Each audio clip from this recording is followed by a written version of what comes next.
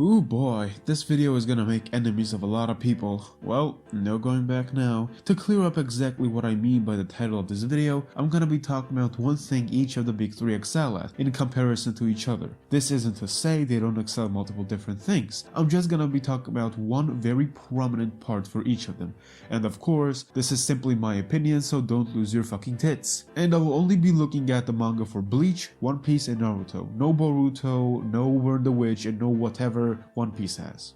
To get the obvious one out of the way, One Piece excels at world building compared to almost every manga out there. The way Oda builds its world with tremendous amount of detail, care, and attention is mind-blowing. It really feels like a living, breathing world. Each location the Straw Hats visits has their own unique theme to them. Newest big three examples being Dressrosa with the Spanish influence, Whole Cake Island with its Alice in Wonderland bizarreness, and Wano being the Japan of One Piece. Most of the important locations Straw Hats visit have an immediate effect on the next arc and build the world. From Dressrosa, we learn about how Dofi has connections to the underground and connections to Kaido. From Whole Cake Island, we swiftly transition to Wano Country arc, where Big Mom has a big role to play in it. It all ties back to Dressrosa with Kaido. Very early on, One Piece had amazing world building as well. For example, in the Baratie arc. Here we are introduced to Mihawk, and by extension, the Warlords of the Sea, which will be relevant for the next 1000 chapters. I love this world building because big fish are still out there on the horizon, and it's always shown. Even though it is not explained to us directly, we still have an idea on how big the world is and how far the horizon stretches. This also applies to locations as well. Some locations were foreshadowed and mentioned hundreds if not thousands of chapters before they were actually relevant. Bleach's world building is lacking to say the least. Out of the big three, I love Bleach the most. But even I can tell that it has flaws when it comes to its world building, and lots of them. That isn't to say it has none. To list a few points, I really like how the Gotei 13 were formed. 2. Bazby's backstory and Yuhua's conquest. 3rd, Kenpachi title, and 4th, the Seirete/Gotei 13 lore. But there is a problem with every single one of these points. There are massive holes in how the SS is structured and its history. We find out about how it was formed, but nothing much after that. We see Bazby's backstory and Yuhua's conquest, but it was not shown nearly enough. The 1000-Year Blood War arc is named the 1000-Year Blood War arc, but we never see the Blood War. This leads to my next point. If Yuhua conquered the whole world as early as 1000 years ago, would not reflect on the culture of the modern day society? Yes it would, but in Bleach it does not. Something that massive would have been written all over the architectural designs of almost every single building and be present all around, like how it happened with the Roman Empire. We still see the impact it had on the world to this day. We learn about how the Kenpachi title is saved for only the strongest of each generation and how it is passed down from one to another by trial of death. But after the first Kenpachi, we barely learn anything about the Kenpachi until Zaraki. We only see one in which Zaraki one-shots this other Kenpachi. I would have loved to see how Unohana reacted to the new Kenpachi being elected even though the first Kenpachi did not die. Hell, I would have loved to see the full fight between Zaraki and the Kenpachi previous to him. The structure of SS has massive problems, like how despite it being so massive, needing to compensate for billions of souls, and how there are multiple districts, and yet, can you name more than one district? I doubt you can because there is only one district told in the series. Just having a name drops of maybe even some visuals for other districts within the Soul Society would really elevate the world and make it actually feel massive instead of everything being taken place in the Seirete or the Rukongai district. It's really contradictory to say that Bleach's world is massive whilst at the same time only naming one location in terms of districts. And that district is a heavily criminalized district. Even though the Seirete was formed by criminals, it still gives this idea of ever since that point, the world has not really progressed that much because the Rukongai, which is the only district we know, is full of criminals. So it just begs the question, what have the Seirete been doing? They've been formed as this force that will stabilize the Soul Society, but there's still only one district everything takes place in, and that district is full of criminals. Naruto's world building is also lacking in many areas. The Leaf Village has tons of world building. The village in the clouds and the Sand Village also have some details, but drastically less.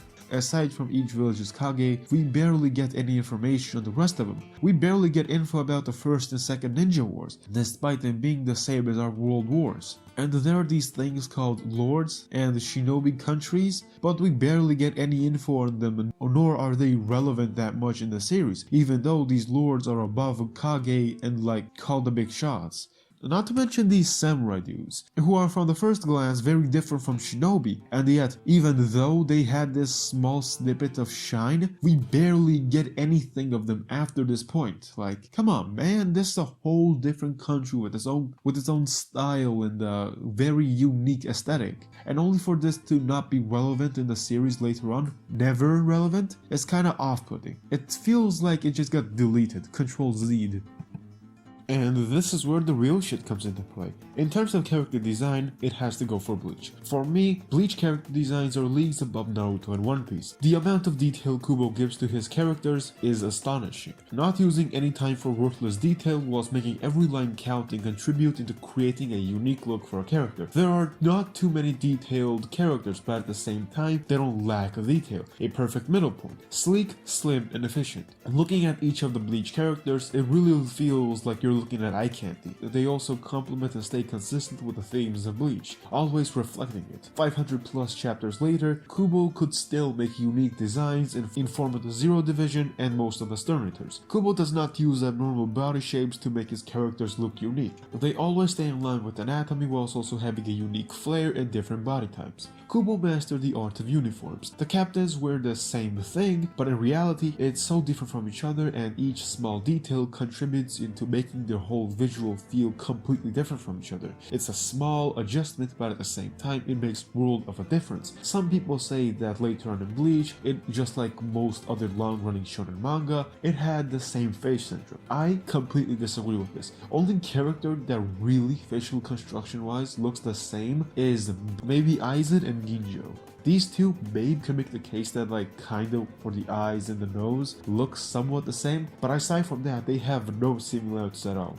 One Piece I found to lean way too hard in the direction of anatomically incorrect, especially later on when Oda always relies on making his characters look otherworldly goofy to make them stand out and be distinguishable. For me, this is not just enjoyable to look at. Some of the Straw Hats look good, the Admirals look like Chats, Luffy looks good, Mihawk and Shanks, Dofi, and even Katakuri. But aside from that, it's almost always a miss. These are the only few characters that really stand out to me. The design quality is never consistent, it fluctuates too much. Not to mention Oda draws like 3 female body types that is within somewhat in anatomical space. He draws ones like these, like this, and yes, like this. This kind of drawing is repetitive, and when it's not repetitive, it changes drastically like a drop of a hat. The anatomical change does not necessarily contribute into the character and their use of their body 99% of the time, it's just purely visuals. It does not even show what their kind of personality is, and like that being reflected into design. Only exception I could really think of is Katakuri. His whole body looks like it's made to fight, and it reflects his persona. I ain't saying One Piece does not have good designs and like well-defined anatomical structures, I'm just saying the consistency is lacking, and that's really what turns me off from enjoying One Piece designs. People give Bleach art a lot of hate, but Naruto's up in here simplifying its art openly as if it's nothing. Kishimoto literally simplifies Naruto's design because, in his own words, it took too much time to draw. This simplification of characters' art later on gets crazy, to the point where you can't directly distinguish who is important and who is the background character. They lack detail and distinguishability, especially the 4th grade ninja war, where Kishimoto gives almost every one of his characters the same uniform but loses one significant part of what makes uniforms good: the way a character wears it and their own unique additions to it. There isn't anything like that. Along with that, Kishimoto draws the same body types over and over again for almost all of the characters, male or female. For male characters, there are 3 exceptions: Killer Bee, Raikage, and Choji. And for females, it's only Lady Tsunade. Only decent spin on the uniform outfits in Naruto is the Akatsuki. But even that lacks, because only distinguishing feature between them is the head and 1 or 2 changes to their outfit itself. There's nothing really distinguishable aside from what their outfit actually represents, but nothing to an individual level. The Akatsuki's outfit does not necessarily tell you anything about the characters. It only has one meaning: to tell you what the Akatsuki represent, but aside from that, nothing in terms of individuality comes into play within the outfits themselves.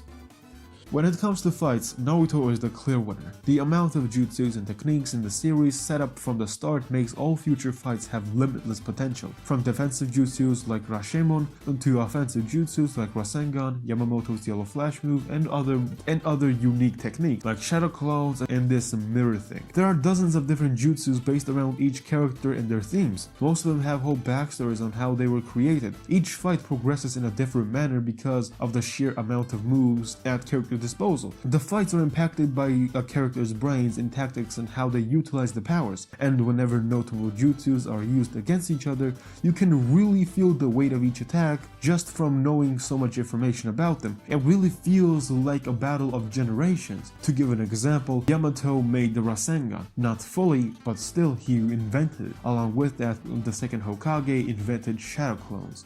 Later on, the center stage is taken by massive kaiju monsters and tailed beast buffs, but this, somewhat for me at least, makes fights more fresh and mixes things up. It distinguishes different fighting styles across different generations of Naruto. Of course, we're missing out what made jutsus good, but at the same time, it really made everything more fresh. Naruto has a lot of variety and unique types of fighting styles and attacks. Both Bleach and One Piece lack in this part significantly. Both series have unique abilities and moves. On Bleach side, some Bankais, and on One Piece side, Devil Fruits. But it always comes down to something like this: who hits harder or whose ability is more hacks. Ultimately, this is what every fight comes down to in media ever. At the start, for One Piece, this was not really a problem, at least when it comes to Luffy, because he had to use unique ways to use his Devil Fruit. And with Bleach, it was always just who can stab the other guy. There are not really that many techniques involved. It just lacks variety. And I think this is reflected on Ichigo himself. He just knows two visual common moves, Getsuga Tensho and Bankai. Like, you telling me across 600 chapters, Ichigo did not learn any other offensive ability, like a technique? Sure, he did learn Flash Step and stuff like that, but they are not really visually common. Like, yeah, we do see them in effect, but they are not always on the screen and always flashy and what really hits home when it comes to character abilities. It's not on the same level as the Rasengan and all of those jutsus. The importance of tactics of Devil Fruits are drastically lost when the introduction of Haki came around. To give an example, if your opponent doesn't have Haki and you do, it's an instant GG. Like, there is no chance you can beat someone who has Haki if you don't have one.